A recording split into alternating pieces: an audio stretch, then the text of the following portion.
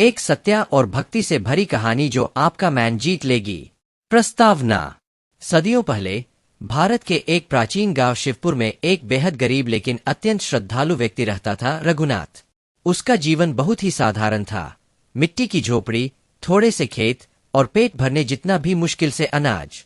लेकिन रघुनाथ के पास जो सबसे मूल्यवान चीज थी वो थी उसका अडिग विश्वास और भक्ति भगवान भोलेनाथ में। रघुनाथ हर दिन सुबह सूरज निकलने से पहले उठता, नदी में स्नान करता और अपने टूटे फूटे मंदिर में जाकर भगवान शिव को बेलपत्र, जल और अपनी श्रद्धा अर्पित करता। उसके पास कोई सोने चांदी का भोग नहीं था, पर उसका दिल साफ था।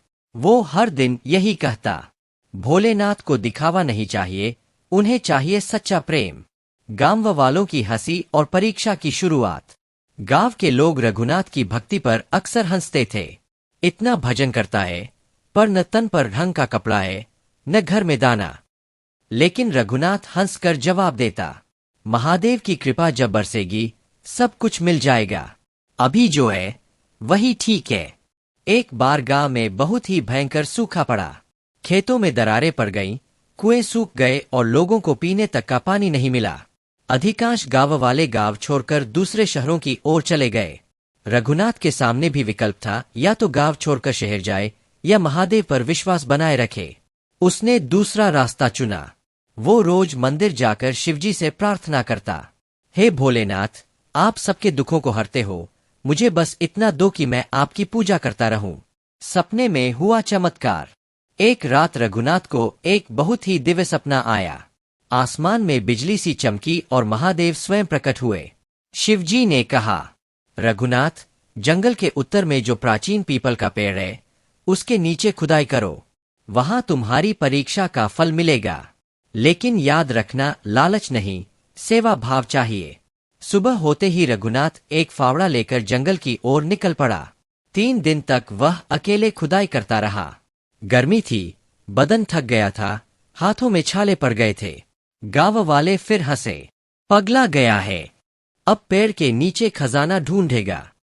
चमत्कारी खजाना और शिवजी का संदेश।